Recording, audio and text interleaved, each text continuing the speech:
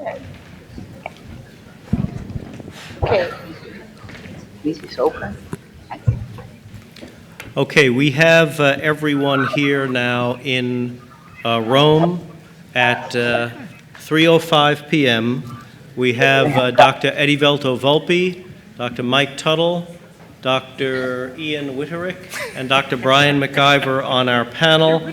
And we are very excited to welcome you to Rome. And I guess we will, sure. Jeremy, please. And Jeremy Freeman is joining us here. So we hope, we just want to make sure, can you hear us and see us well? Yes. Yeah. Okay, wonderful, wonderful. Very good. So first of all, Julianne Sosa and I need to be reimbursed for our phone bills because we have very high phone bills to do this, but right, exactly right. So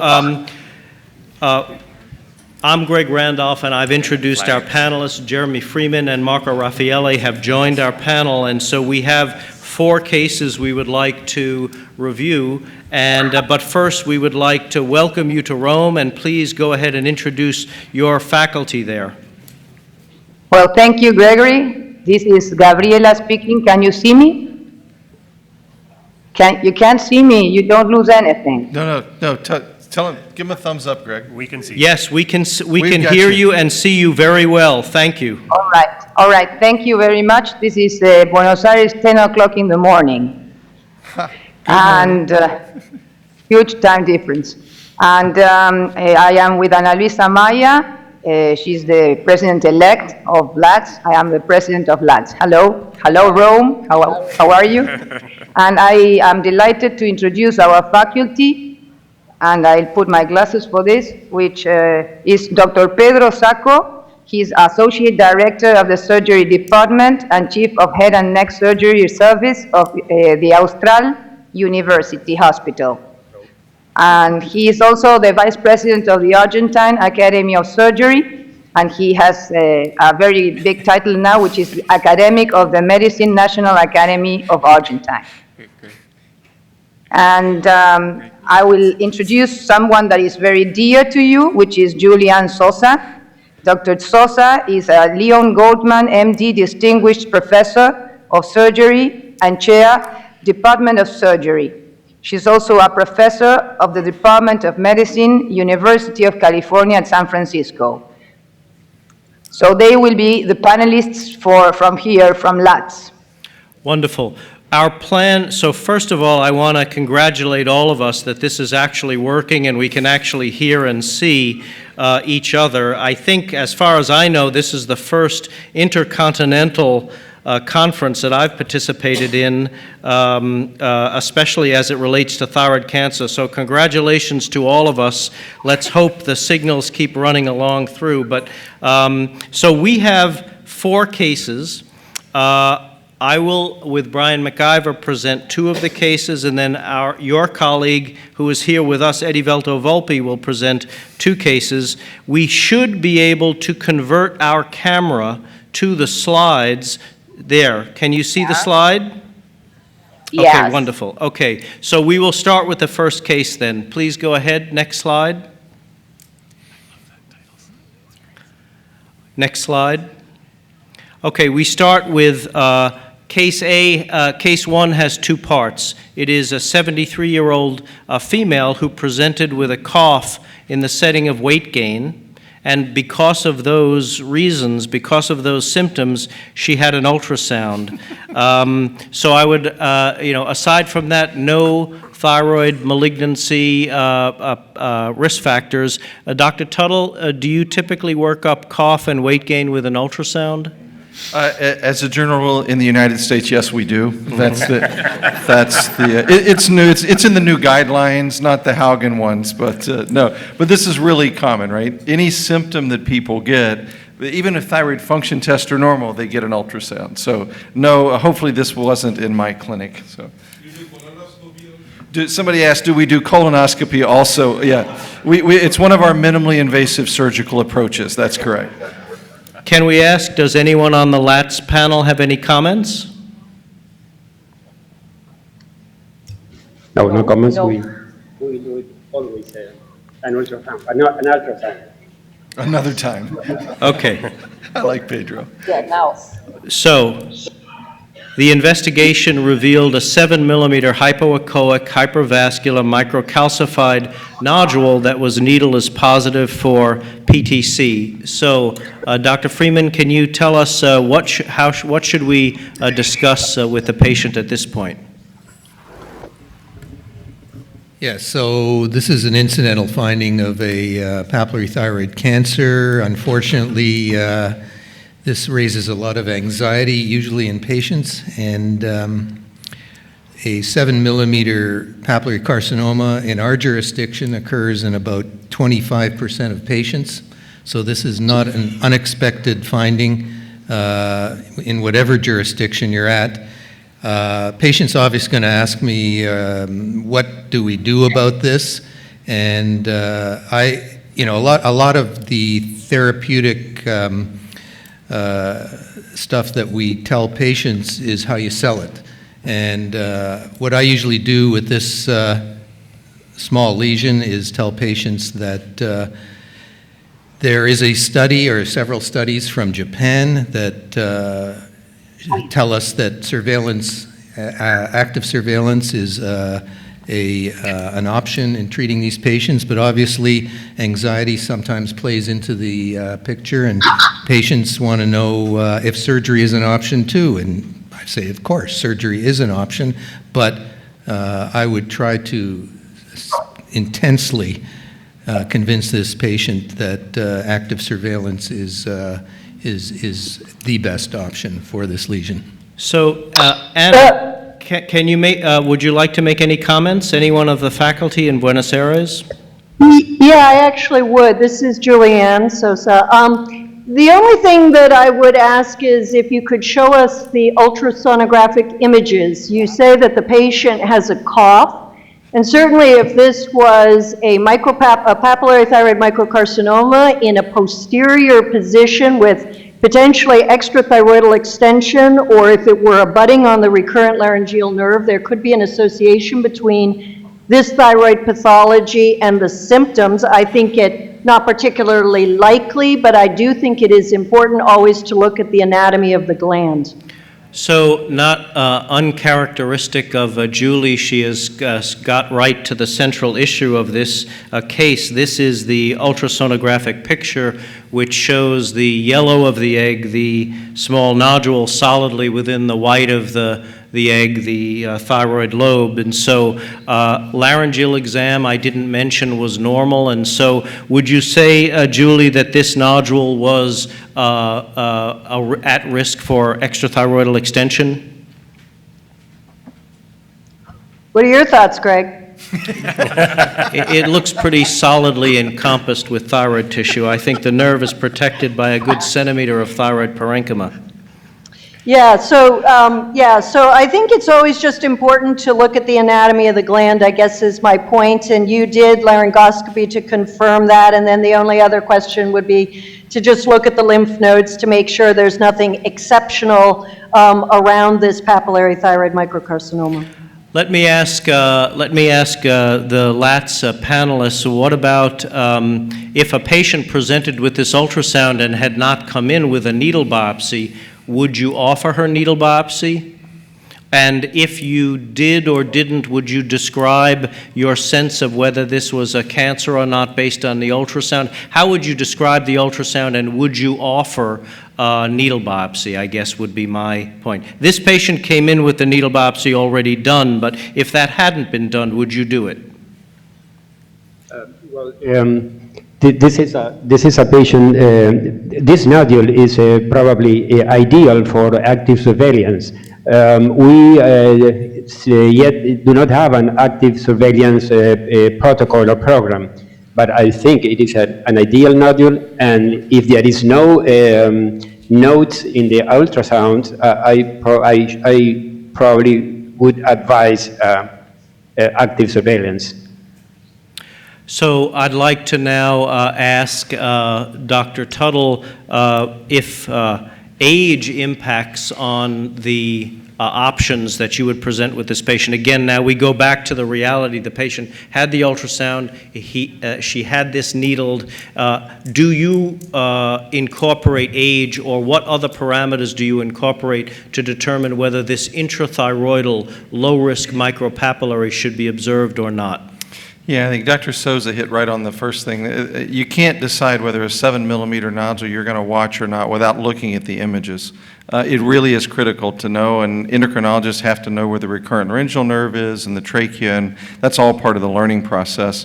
Age is certainly part of it, but if I'm honest with you, age doesn't make me decide whether or not to offer it to you, but age will make me change my likelihood that it's going to grow. If you're younger, it's more likely that it's going to grow than if you're older, and then you can make that decision with me. Many of my patients choose observation as a bridge to a better time. It's nice to know they don't have to do it right now, and as Dr. Miocci showed us in his talk, that many of these, maybe 50% of even 20-year-olds, don't change for years and years. So age doesn't change whether or not I offer you active surveillance, but it changes my sort of guess about what may happen and the likelihood of it changing in the future, and then you can help me decide whether you want a 50% chance of it growing or not if you're 20 years old. Dr. mciver, what clinical parameters do you want to tell us about that are important in advising this individual as to whether surgery or some other active surveillance protocol should be adhered to?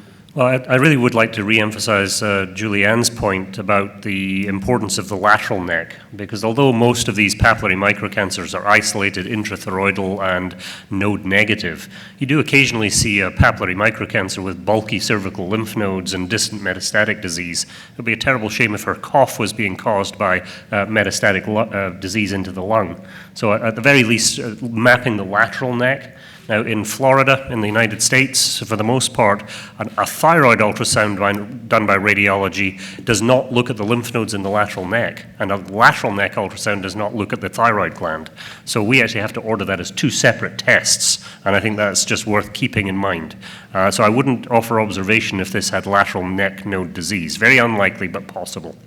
Just one extra comment, and that is that in the absence of lateral neck disease and with a nodule of that sort, I would very much argue against doing the biopsy in the first place, because I would much rather not have to know that this patient has the cancer. We can safely monitor it, not knowing it's a cancer. Knowing it's a cancer, many of my patients are reluctant to sit on that and wait, despite the data. It takes a long conversation to persuade them to do it. Well, and the other reason to do that is once you biopsy this, you've made that patient a cancer patient. I've had 2 patients have to have their thyroids taken out because they needed a kidney transplant, and they wouldn't transplant during observation. I had 2 patients have them taken out because they couldn't get life insurance. If they would have just had a suspicious nodule, there would have a whole been different discussion. So biopsying that is not only that decision about keeping him out of the operating room, you have now labeled that patient as a definite cancer patient. And so I think as a group, we have to think about what that means both to the patient, their life, and sort of healthcare decisions and financial decisions. So when I talk to patients about not biopsying, we talk about that. I'll take you from very, very likely to have thyroid cancer and a suspicious nodule to you are now a cancer patient. Can I ask Dr. Raffaele, Marco Raffaele, a surgeon, if this patient came in and said, I understand what you're saying and I could safely be followed without surgery, but I'm very nervous about this and it's my preference. It would degrade the quality of my life to worry about this, know that it's there. What would you tell a patient? How would you manage a patient that is expressing concern despite you counseling her that she should be fine? Probably patient counseling and patient decision has an important role in making the strategy. So if the patient is less anxious and being operated on, probably it would be better to operate her. And probably lobotomectomy is the good choice, so a limited operation. And in our practice, usually we perform also ipsilateral lymph node dissection in order to completely stage the tumor. And if there is some lymph node involvement, probably we have to go on the other side, complete the thyroidectomy and complete the lymph node dissection. We know that at least 20% of the patient have lymph node involvement. Probably not all of them have clinical significance, but since lymph node involvement is one of the most important aspects to decide which is the risk factors for PTC patients, we usually perform this. I know this is a very controversial issue, but what we do. I mean, your point's exactly well taken, Greg, because if you look even at Kuma Hospital, 50% of people choose observation, 50% of people choose surgery. You can't get a bigger fan of observation than Dr. Miucci. Our experience is the same. Pisa's about the same. Toronto's about the same. So this idea that if we just convince everybody this is okay, they're going to watch it, it ain't true. It's going to right now at least be around 50%. So I think it's just as wrong for me to force somebody into surgery that doesn't want to do it as to withhold surgery from somebody that does. So I mean, that's a real issue, Greg, in terms of, yeah, we can say this is a small cancer, but it seems like half of the people say, nice talk, get this out of my neck, or at least kill it some way. Julie, can I ask you, if this patient presented to you with that scenario, you felt she intelligently understood your counsel that she would be well treated with active surveillance, but then with time and with thought expressed a preference for surgery because of anxiety about it that she wasn't able to otherwise manage, would you operate on her? And if so, what would you do in terms of thyroidectomy? And what would you do in terms of just routine management of nodal basins for PTC? Yeah, so thank you for that question. So the one thing I would add to the discussion that you've had, and I think you've nicely highlighted the importance of patient preference, because I think that the patient belongs in the epicenter of this decision-making as opposed to the surgeon. I think the one thing we haven't touched on is the ability of the patient to comply with an active surveillance regimen. And certainly in the United States, where there is uneven access to health care, not all patients can guarantee that they can return at regular intervals indefinitely to undergo ultrasonography. And so I would say another criterion for active surveillance is the ability, financially or otherwise, for the patient to be actively surveilled. If this patient indeed had no evidence of extrathyroidal extension or metastatic disease with a papillary thyroid microcarcinoma and expressed an interest in surgery, I would perform a thyroid lobectomy, an ipsilateral thyroid lobectomy, as long as there was no nodularity that was significant in the contralateral lobe, and if the patient did not have a family history of papillary thyroid carcinoma or a history of radiation to the face, neck, or chest. And I think thyroid lobectomy is what the current 2015 ATA guidelines recommend. Thank you. We'll move on because we do want to try and cover 4 cases if possible. This is the second portion of case 1, which is a 73-year-old presented with cough in the setting of weight gain, had an ultrasound, no other risk factors. Her ultrasound, however, showed a 3.2 centimeter hypoechoic hypervascular microcalcified nodule. The needle biopsy of that lesion showed a PTC. I don't believe I have the ultrasound images here, but this did show a posterior abutment, that is adjacent nodule exposed with no intervening thyroid tissue in the tracheoesophageal groove. Again, the size of this was 3.2 centimeters. The ultrasonographic details did show some evidence of posterior abutment, no nodes, and so with that in mind, Eddie Velto, what would you do with a patient with that? 3.2 centimeter PTC with posterior abutment evident on ultrasound. How would you counsel that patient? What would you do? Well, this patient is elected for surgery, in my opinion, but it's very important to evaluate these lymph nodes. Could you back with show the slide again, please? Yeah. Yes. That's a second scenario, so it's really the top line, no nodes, posterior abutment. Well, with this, I'm sorry, with the size of the first node, my opinion is this patient should be submitted to a total thyroidectomy. That's, Dr. Freeman, any other thoughts about the perioperative management of this individual? I'm sorry, this is a unilateral lesion. 3.2 less centimeter than 4 PTC centimeters. in a 73-year-old female. Yes, and the lymph node status in this Is the particular first scenario- line, not the second Not the second line. Well, and no, in the demographic, no risk factors No for risk factors. multiglandular disease? No risk factors. Yeah, so this, and you put a needle into it, and it It's is a PTC. So according to the ATA guidelines, this patient would require a less than total thyroidectomy, whatever you want to call it, hemi or subtotal, And the posterior abutment wouldn't alter that in your mind? in terms of what? More than that?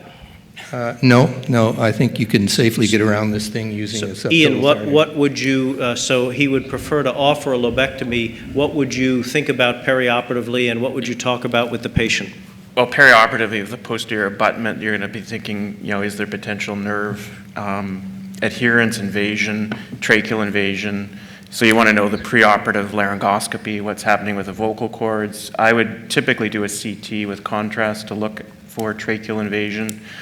And this would be a case that I would most, likely do with nerve monitoring. Can I ask Anna, if you have an ultrasound done on a patient that shows you this ultrasound, and maybe the ultrasonographer calls you, or maybe you do the ultrasound yourself, and you see some evidence of posterior abutment, what do you think about, what do you convey to the surgeon?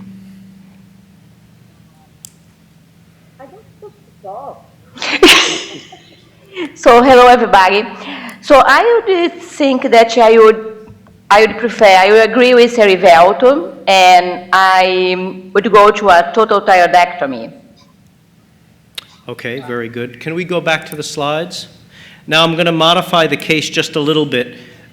This is a 73-year-old female, the same 3.2 centimeter needle biopsy positive for papillary carcinoma, and the ultrasound shows no posterior abutment, but it shows 2 nodes in the ipsilateral central neck.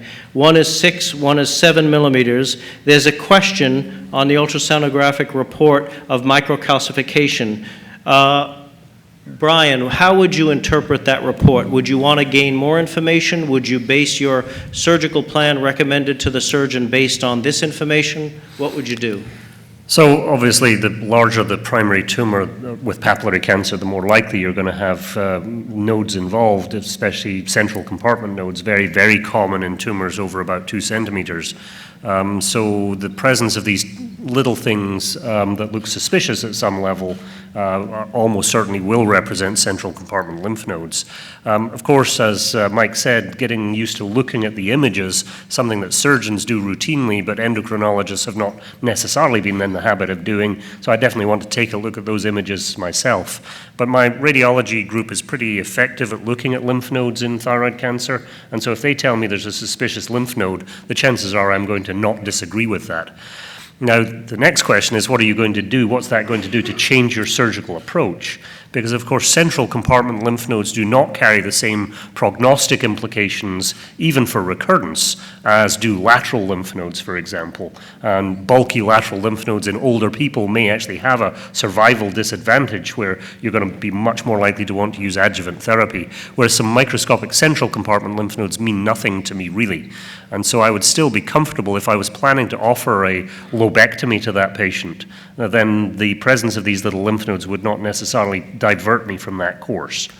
May I ask?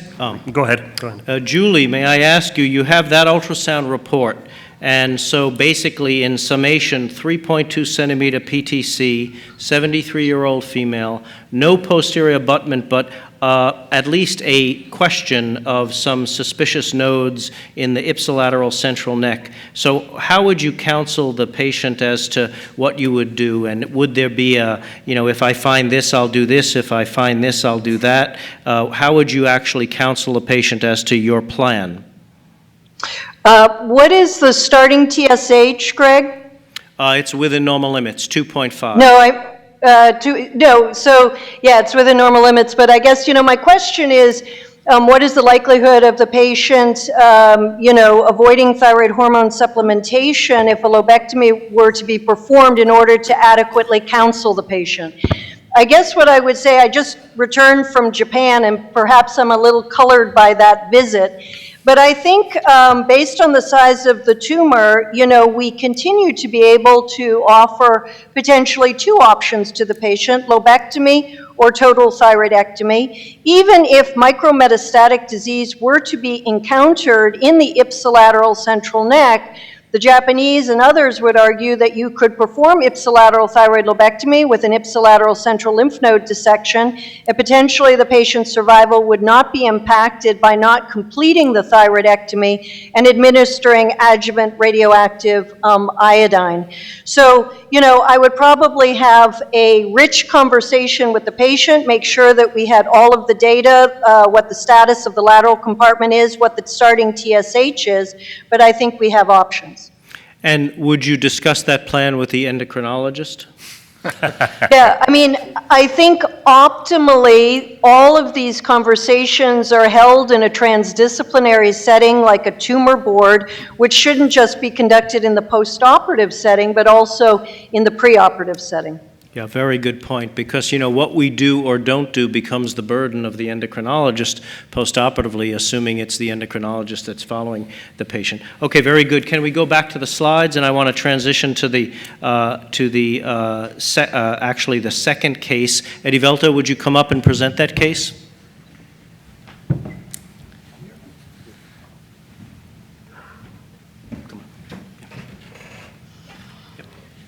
Go ahead and start presenting. Okay. First of all, thank you very much, Greg. Thank you for this wonderful initiative. Well, this case is a very common case. A patient, 34 years old, in a routine consultation to gynecologist, made as a routine ultrasonography that show node 13.948 millimeters in the right lobe, wider than tau, epicoic, and regular margins. The TSH was 30.1, and free T4 0.9, and the autoantibodies negatives. Do you have a question for anyone? Yes. Well, in terms of ultrasound, I would like to know what's the best risk stratification system to evaluate the nodes. Dr. McIver. Ooh. That was close. Tuttle has just relieved it's not him. I was afraid he was going to ask me. That's a great question. Dr. McIver? Thank you. So, as I think everybody in both audiences is aware, we have a number of objective assessments, ultrasound assessment strategies that are in use in North America, in Europe, in Latin America, around the world, and all of them have many things in common. There are a few slight differences, but primarily most things are in common. Highly suspicious nodules have irregular borders, they're deeply hypoechoic, they have punctate calcifications, and they have high blood flow, although it's not clear how much the blood flow really matters. Low suspicion nodules are isoechoic, spongiform, have smooth borders, they're wider than they are tall, and then there's a group of nodules in between those things. The American Thyroid Association has tapped into visual pattern recognition for its assessment scheme, and that works well for endocrinologists because we tend to be somewhat visual pattern recognizers. Radiologists, on the other hand, have tended towards numeric coding systems. They like to count things up, surprisingly, as opposed to using the imaging, and so there's our numeric scores. But when you really compare ATA to TIRADS as an example, the difference really is the size threshold for the indication for biopsy. It's not really a fundamental difference amongst these systems. I think what really matters is that you use a system you're familiar with and you get ahead and biopsy those things that are clearly highly suspicious or have some real risk of being malignant. Can we go back to the slides? So, what to do with these findings, Dr. Tuttle? Dr. Tuttle? Yeah, can you go back to the ultrasound for me? Click back. This is not one that I would watch. Back on the slides one more time for me. So we talked about looking at what the nodule looks like and knowing where the recurrent laryngeal nerve runs. And at least on this single section, I can't see where the posterior aspect of this nodule ends and the posterior aspect of the capsule. For the endocrinologist, the recurrent laryngeal nerve kind of runs posterior to that capsule running medially. So we've seen one tumor actually smaller than this actually take the recurrent laryngeal nerve, not while we were watching, but just part of it. So if I was going to watch this, and we watch things up to 13 millimeters, that's not a problem. But I want to make sure I can use the ultrasound and see a normal capsule around that. The absence of seeing that normal capsule in the back makes me much less anxious and would probably be pushing her toward not just a simple observation program. Okay, great. Go to the next slide. Next. Well, the next thing done, what's the final needle biopsy aspiration? And the Bethesda 3. So, what you do now, Doctor? Dr. Raffaelli? In practice, we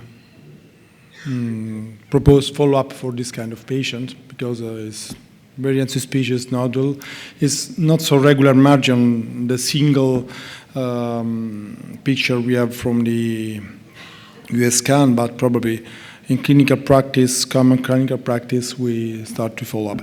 If we can add something more in terms of genetics, is not so easily available in our country, so probably we don't do anything more than simple observation. Probably in the States you can do more, and I think in this kind of nodule, it will be better to propose a rule-out genetic test in order to completely exclude, if it is positive, the malignancy from this kind of nodule. So offering follow-up or additional molecular testing? Yeah. Gabriela, Dr. Gabriela Brenta, what's your opinion? Hello? I wasn't supposed to talk. Okay, I will, if you ask me. Okay. These nodules, to start with, you said it was hypoechoic, and I don't know, I'm not so sure it was hypoechoic or if it was isoechoic. So maybe for the ATA, I don't know if it is high risk or it's maybe non-classifiable, or, you know, if we got radiologists in the panel, you can tell me that is hypoechoic compared to the thyroid parenchyma, yeah? Right, so well, it is high suspicion for all the categories. It has 3 centimeters, so all the US ultrasound classifications wouldn't doubt in biopsying this nodule. And of course, if you got Bethesda 3, I would do, as guidelines say, repeat the biopsy. We have like 50% chance or more, maybe, that will clarify with a second biopsy. And if it doesn't, if I had the money and I were the patient, I would really invest, because I would rather have my like 50 or 60% chance of not getting a surgery. Sorry for the surgeons. I would prefer, you know, to have some doubts that, of course, everyone in the audience has when the panels come negative, because there has not been any, you know, like prospective study, but referring to surgery, all those negative molecular tests, right? But still, you have ultrasound to follow up. So I would get the molecular test, and I think we have very good molecular tests in America, and here in Latin America, we have 2 other tests which are available, and if I get a negative test, I would be happy if I were the patient. But if I were to jump on this, I would rather go for a surgery, which would be diagnostic surgery, which would probably come out with 80% being benign. And I would say, well, at least I don't have to bother about following my nodule. But it also depends a lot on, as everybody says, the prevalence of malignancy in your Bethesda 3 or 4 in your own institution. So I would rather encourage everyone to know that before taking any decision about molecular testing. Right? Thank you. Thank you very much. Pedro, do you have a comment you'd like to make? Yes. If the patient does not have access to a molecular diagnosis, I would ask the pathologist about the existence of nuclear atypia or architectural atypia, because in this nodule, if the pathologist tells to me that there is a clear nuclear atypia, I will operate on him without too much doubt. If there is no really nuclear atypia, I could just have a talk with the patient, but with nuclear atypia and this nodule, I will operate with him. Can we just ask Dr. Freeman, this is a 34-year-old with a fairly large nodule. Is there a certain size of nodule above which you say this is just too big to have in the neck and you operate based on just a size parameter? Could I just is this on? Could I just reset for a minute? First of all, I don't think we should we get a lot of fine needle aspirates from other institutions, so I don't think we should take this on face value. So what I usually do with these is, first of all, look at the report and see on what basis they say this is an atypical lesion. Many times we get reports that just gives a diagnosis and no reason for that. For that reason, we usually get the slides and have our experienced people review this. I think this is a good point because you can't really operate on other people's diagnosis. Second is that these lesions have to be evaluated with ultrasound in your own institution, preferably with your own eyes. More and more, we're getting diagnoses of atypicality, and when I do an ultrasound, that patient has thyroiditis. You stick a needle into thyroiditis, you're going to get atypical features. Mm-hmm. So it's important, again, to reevaluate the ultrasound. If you're certain that this is an atypical lesion, a FLUS, an AUS, a Hürthle cell lesion, follicular neoplasm, whatever it is, I think then you should have a frank conversation with the patient. And I agree with the other speaker who said you should know your own rates of malignancy in your institution. But generally, what I do, given that it is a real FLUS, is have a frank conversation with the patient and offer 3 options. First is surgery, and offer the pros and cons of surgery, knowing that if we operate on this patient in our institution, half the time this is going to be a benign lesion. Second, we offer the patient active surveillance, knowing that this may in fact down the road turn out to be, on further investigation, a cancer. And the third option, of course, is molecular testing. Great. And we use the ThyroSeq. Can I say that? Or? Yeah. Okay. We use ThyroSeq, and we send our specimens down to CBL labs or Uri's lab. Most of our patients, I must say, opt for molecular testing, and we base our further management on the molecular testing. Okay, great, very, very comprehensive. Ian, can I ask you that question just, is there, aside from the needle biopsy, even if it came back benign, is there a certain size of nodule above which you would tend to recommend surgery just based on size, or is it exclusively the needle biopsy? Well, there's been studies now that show that the size doesn't matter with that, but I've always sort of gone with the 4 centimeters, and once it starts going over that, then I start thinking more about the surgical arm, depending on all the other features of that. But I don't think you can just say size as one thing. You have to take all of it together and have that long discussion with the patient. Julie, Dr. Sosa, may I ask you the same question? Is there, independent of the needle biopsy index of malignancy, or whether it's even benign, is there a certain size above which you say this is too big for the human neck and I want to think about recommending surgery? And does that relate in some way to the age of the patient?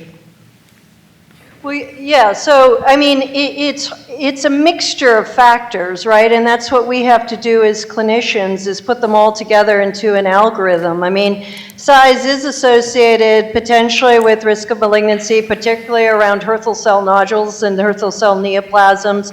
But I wouldn't say there's an absolute size, Greg. I think it is just simply more complicated than that. And if you ask me what would we do at UCSF, we would counsel the patient exactly as Dr. Fried said. There are 3 options, and in our practice, probably the majority of patients, after exploring pre-authorization, would undergo molecular testing. Great. Slides, please. You want to go ahead? Okay. So the option was molecular tests. In Brazil, we have just 2 molecular tests available, Thyroid and MIR-type. It's a Brazilian test. We perform MIR-type, and the MIR-type was positive for malignancy. So the patient, our proposal was a lobectomy, and the patient and the endocrinologist preference was for total thyroidectomy. It's very common in Brazil yet. And the surgery was a total thyroidectomy, and it was a classic papillary thyroid cancer. Dr. mciver, can you just comment on the potential for team collaborative interaction perioperatively and the lack thereof in some circumstances, and how that impacts on the patient? Well, it's always difficult. We talk a lot about multidisciplinary tumor boards or multidisciplinary care of patients, but in most clinical settings, at least in the United States, that multidisciplinary interaction consists of receiving a letter 2 days after they've been seen by the surgeon. And so there isn't that good, team-based approach. And that's one of the values, I think, of congresses like this one, where we're talking about basic clinical cases, that we can start to speak the same language and think the same way. My view on this particular case is that we should never be in a situation where the surgeon and the endocrinologist are sending different messages to the patient. That patient has to receive a consistent, solid message from all of us, and that means discussion up front, discussion when we're seeing the patient ideally, and certainly discussion afterwards, so we're selling the same message to that individual patient. Mm-hmm. All right, so we'll move to the third case now. So this is a 42-year-old female voice professional. 1 centimeter nodule, presents with altered voice, no other risk factors. Investigations show an ultrasound of a 1.1 centimeter worrisome nodule, hypoechoic. CT scan was also obtained prior to the patient coming in, and it showed a similar 1.7 centimeter nodule, and a needle biopsy was done of this right-sided 1.1 to 1.7 centimeter depending on the imaging modality, and this showed this aspirate. So,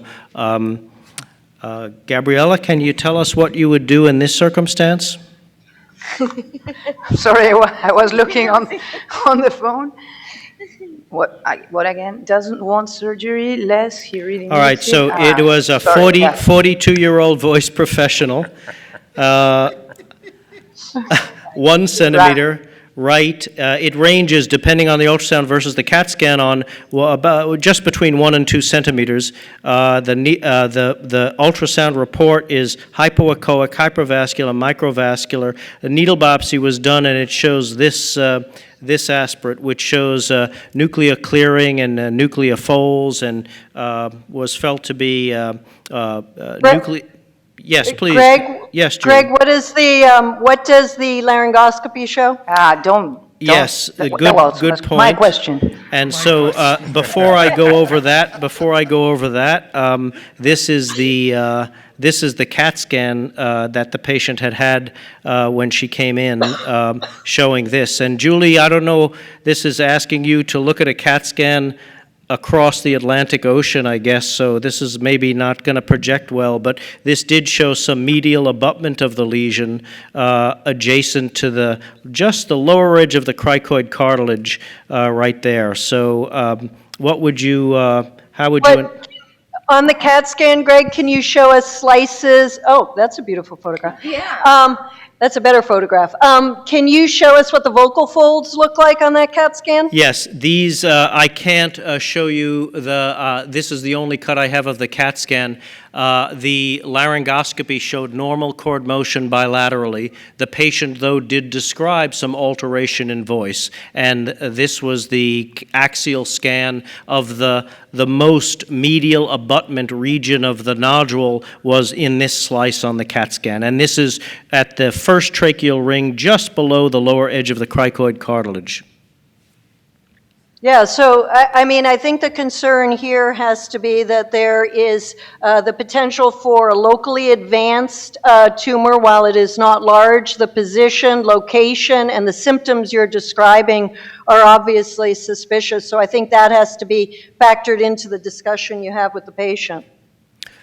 Greg, can you tell me a little bit more about the voice alteration? Because I think endocrinologists often think, unless they're absolutely hoarse, then I can totally ignore it. But this is a professional singer that are often like really tuned into their voice. Yeah. What did she describe that you picked up on that I might not have? She described a fatigue of the voice at the end of the day, really increased effort she was able to obtain her normal vocal function, but it was more stressful for her. And you're right, this was a vocal professional, a singer, so she was really tuned into these issues. And she said some of her friends hadn't noticed a change in her speaking voice, but she felt pretty clear that there was a discrete change. So how would you put that into the mix? The laryngoscopy is normal, though. Yeah, What's her superior, well, it could be her external branch of superior laryngeal nerve given the superior cephalid extension of the tumor, right?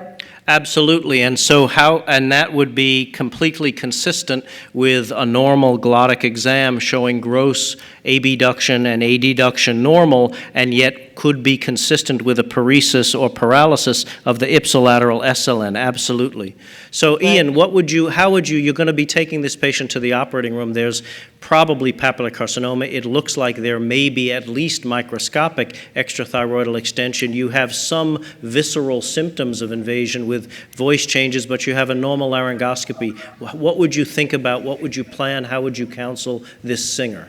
I wasn't volunteering to answer that one, but answer what you want. It's okay. Yeah, I was going to say that it may be valuable to have one of your laryngologists take a look and do strobe on it just to see what they see. Could you explain stroboscopic exam and what that might be, how that might embellish a normal fiber optic? For the endocrinologist, basically what it does is slows down the mucosal wave of the larynx, and normally the vocal cords sort of go like this, and so you're looking at the beating, and there's different vocal parameters that you can look at, shimmer and jitter, and these acoustical analysis of that, and it will pick up subtle differences over and above just looking to see if there's actual movement in the vocal cords, and so you may get a little bit of information, but most professional singers are so much in tune with their voice. When they say something is off, it's off. You don't need a test. Even though, you don't need a test with that. So, and when you see a CT scan like that, then you're, quite worried about that. And then it's all about the conversation ahead of time. And it goes into what are you going to do intraoperatively? Is the tumor stuck on the nerve? Can you cut it off of the nerve? Will it peel off of the nerve? Usually you always try to save the nerve if at all possible. And then you've shown in your data that even if you wouldn't be able to remove the nerve and leave gross residual, you've shown that it hasn't made a difference in local recurrent survival, so that's an option. But I must say that it's been mostly my practice that if I have gross encasement of the nerve and it's on the esophagus and whatnot, I've resected it and then done an ansa cervicalis graft onto it. But that's a conversation that you have with anybody ahead of time. But a voice professional, it's a life-altering. Yeah. So this was a discussion that this patient had, and this resulted in her going back to the endocrinologist. Dr. McIver, this patient goes back to your office and says, that surgeon scared the daylights out of me and says my nerve may need to be resected. This is unacceptable, but I don't want cancer. And she comes back to you because you had done the initial biopsy. What do you do? How do you counsel her? Do you support the surgeon? Do you not support the surgeon? What do you do? So what I would do is immediately... Who was the surgeon? Well, I'm assuming it was Whitrick was the surgeon. What I would immediately do is to turn around and send that patient to Randolph, because that's the natural place for any voice professional. I send them all to you, Greg. I mean, this is an impossible situation for a 42-year-old singer, or any other voice professional. This is a terrible disease, and anyone who describes this as a good cancer deserves to be frog-marched out of the room and shot. This is a life-altering disease, and whether it's the cancer that's going to take that nerve, which it sounds like it probably is beginning to do, or it's the surgery that takes the nerve definitively, it's going to be a challenging outcome. But at the end of the day, this is a cancer. It has invasive characteristics. It looks like it's going to be left alone, a bad outcome for that patient. It's not going to get better on its own. It's not one of these papillary microcancers we can safely watch. I think it needs active treatment, and I would trust the surgeon to do the best job possible of preserving as much voice as possible. There was one other point I wanted to make, since I just will butt in, and that is an interesting contrast between what the ultrasound is reporting and what the CT scan reported. Because the ultrasound reported this to be 1 or 1.1 centimeters, the CT 1.7. Size discrepancies between ultrasound and CT are common, but usually the other way round. It's normally the CT that reports smaller and the ultrasound bigger, because the nodule tends to grow craniocaudally rather than burst out of the seams. And so the longer dimension is often the craniocaudal dimension, and cross-sectional images often on the CT scan only report AP and transverse dimensions. So that was the first indication there was a problem, that this was not a normal thyroid nodule. And that would certainly be an important reminder to endocrinologists that we have to use CT scans more frequently than we traditionally have in the past. If this was just an ultrasound showing a hypoechoic nodule of 1 centimeter, for some people that would be enough to say don't even biopsy. But the hint there was a problem there is probably that small size, you're not seeing the edge of the cancer because it's actually medially abutted, and that cancer is actually extending posteriorly and medially. So, Julianne, this patient says, boy, I really want you to treat the cancer, but I really can't tolerate any kind of change in nerve function. I've already had a change in my... Well, how would you counsel her? She asked you, is there any way you could follow this without surgery at this time? How would you counsel her? No, the reality is her voice isn't going to get better. If anything, it's going to get worse. It may get worse acutely from surgery, but certainly we're dealing with a potential for a locally advanced papillary thyroid cancer, so I think you have to treat it as such. We haven't learned yet about the status of the lymph nodes, but this is a patient, I think, where you have to be prepared to, do total thyroidectomy because of the need of adjuvant radioactive iodine in the postoperative setting, and you may need to, address the nerve depending on what you find in the operating room. This, to me, looks like SLN as opposed to RLN involvement, and you may have involvement of the aerodigestive tract. So those are the counseling, but I would not be comfortable not surgically intervening. Great, thank you so much. Okay, we're going to move now to the last case. We have just a couple of minutes. Edivelto, would you come up and present our last case? We are able to continue for another 5 to 10 minutes here without a problem if Buenos Aires can continue. Can we do it? Is that possible? Just say no. Just say no, Gabby. If the answer is no, say no, Pedro. It's okay. Let's try it. Yeah, we are starting at 11 o'clock Okay. here, The LATS award. and it's our LATS award. Okay, So, so we session. should probably Yeah. close out. So I think I want to say on behalf of Edivelto Volpe, Jeremy Freeman, Marco Raffaello, Mike Tuttle, Ian Witterick, and Brian McIver, and myself, thank you so much for this really landmark thing. It actually worked. Unbelievable. Julianne and I will be sending your cell phone bills to you, to LATS. What is the address we should send that to? No, thank you very much. Have a great meeting, and thank you. Thank you very much for you too. Ciao. Thank you. I have a question. Okay, all set. You take a picture of yourself. That's amazing. It actually worked. You believe that? So with that, I think we are going to be adjourning the World Congress 3.5. Your evaluations, either emailed to us or filled out through the CME process, are very important to us. We want to make this even better, 4.0 and 4.5. All aspects of your comments are important to us, the faculty, the content, the format of the meeting. So please, we want to hear from you. Your voice is the most important voice in this Congress. And with that, we want to wish you well, thank you, and travel safely. Thank you.